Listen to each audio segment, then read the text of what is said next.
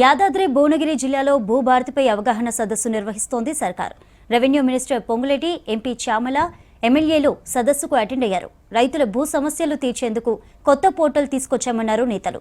ఎలాంటి ఇబ్బంది లేకుండా రైతుల సమస్యల పరిష్కారం కోసం అప్లై చేసుకోవాలన్నారు మంత్రి పొంగులేటి. ఆ ధరణితో సామాన్య ప్రజలకి ఎన్ని ఇబ్బందులు కష్టాలు ఆనాటి ప్రభుత్వ చలవతో వచ్చాయో వాటిని విముక్తి చేయటానికే మన ఇందిరమ్మ ప్రభుత్వంలో ఈ భూభారతి 2025 చట్టాన్ని తెచ్చుకున్నాం. గౌరవ కలెక్టర్ గారు, నా సహచర మిత్రులు ఇంతకు ముందు చాలా విషయాలు మీకు చెప్పారు. గౌరవ కలెక్టర్ గారు చట్టాన్ని గురించి, ఆ చట్టం మీకు చుట్టంలా ఎలా పనిచేస్తుందో గురించి, ధరణిని గురించి, ధరణితో పోల్చి ఈ భూభారతి వల్ల మీకు వచ్చే లాభం గురించి చాలా వివరంగా చెప్పారు. ధరణిని గురించి 2-3 ముక్కల్లో చెప్తా. ఆనాడు 2020 చట్టం చేశామని చెప్పారు.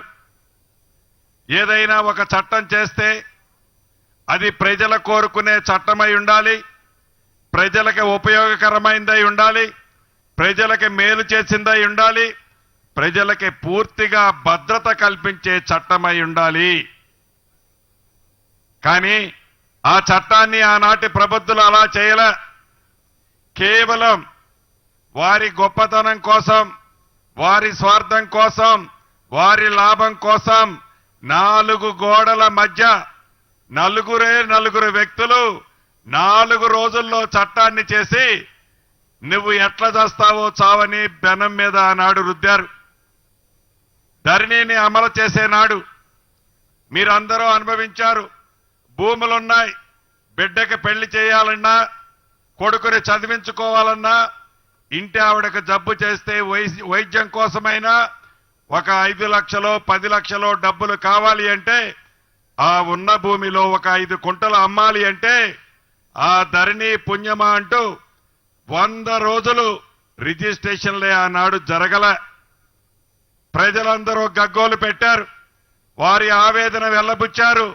అయినా ఆ దొరవారికి కనికరం కలగకపోగా ధరణి అద్భుతం, ధరణి అమృతం, ధరణియే సంజీవిని, మీకు ఇది జీవనాధారమని ఆనాటి పెద్ద దొరవారు చెప్పిన మాటలు ఇప్పటికీ మీ చెవుల్లో గింగుర మోగుతుంటాయి. అదే మన భూభారతి చట్టం ఒక అర్ధరాత్రి చేయలే.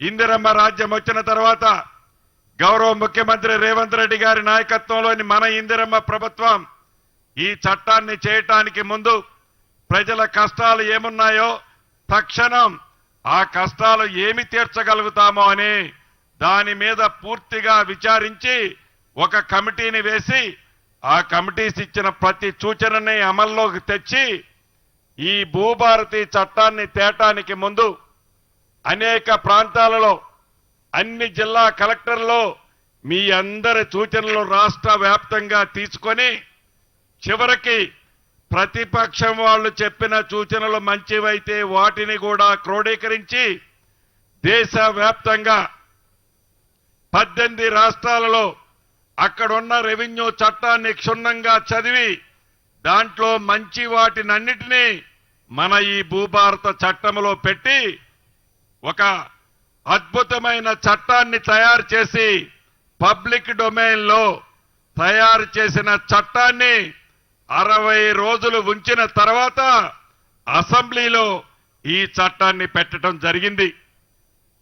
అసెంబ్లీలో చట్టం పెట్టినప్పుడు ఆ దొరవారి తొత్తులు అసెంబ్లీలో ఎలా ప్రవర్తించారో ఒక నరరూప రాక్షసుల్లా ఇటు నా మీద అటు స్పీకర్ గారి మీద ఆ చట్టానికి సంబంధించిన కాగితాలన్నిటినీ చించి మా మీద విసిరి ఈ చట్టాన్ని ఆపటానికి ఎలా ప్రయత్నించారో మీరందరూ ప్రత్యక్షంగా టీవీల్లో